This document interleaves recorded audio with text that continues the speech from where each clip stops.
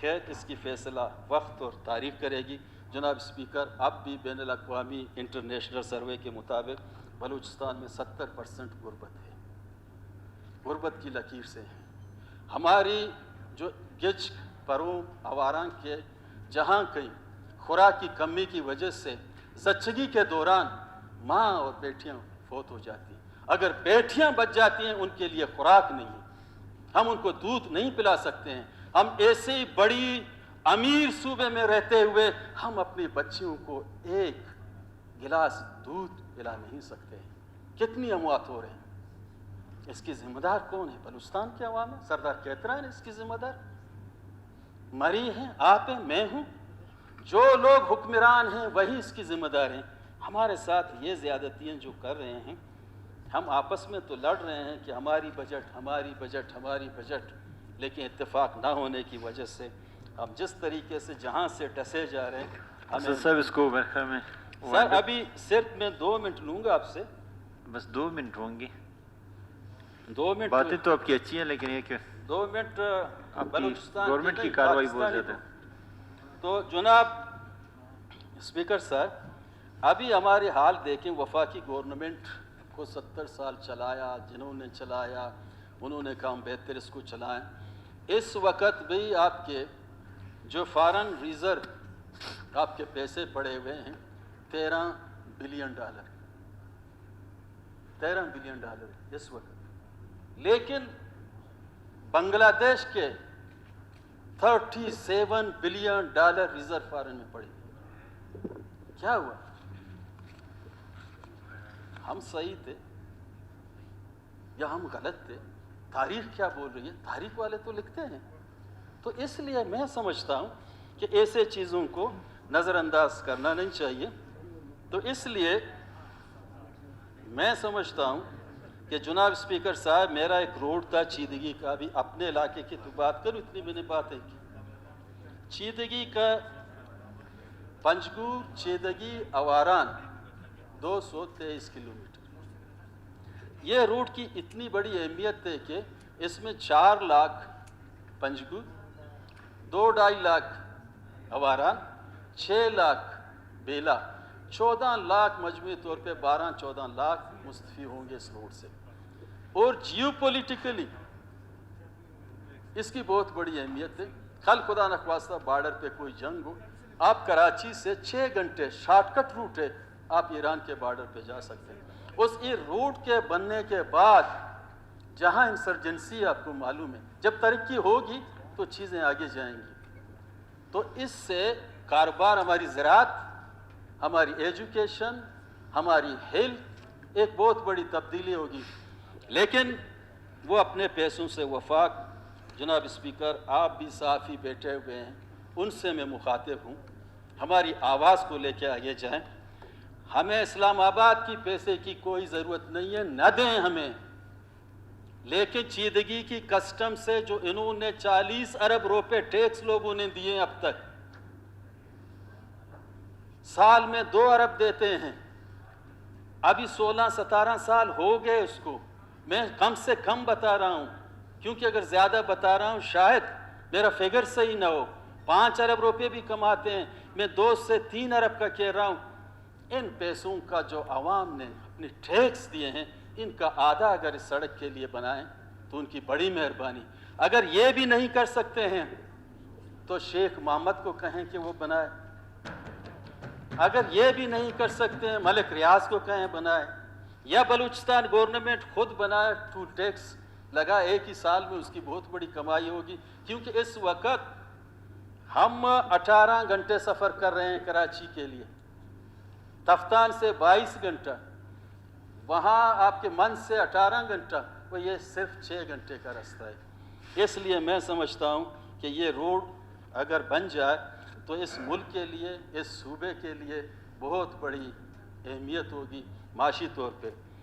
اس لیے آخر میں ایک شعر کے ساتھ، کیونکہ ٹائم آپ بہت کم مجھے دے رہے ہیں، اس لیے میں بھی اتفاق کرتا ہوں کہ ثنا بلوچ ہے، اس کے پاس، ثنا بلوچ کے پاس تو ایک بہت بڑا پلندہ ہے، وہ بھی سننا ہے۔ تو میں اس شعر کے ساتھ، جناب اسپیکر، بلوچی ہے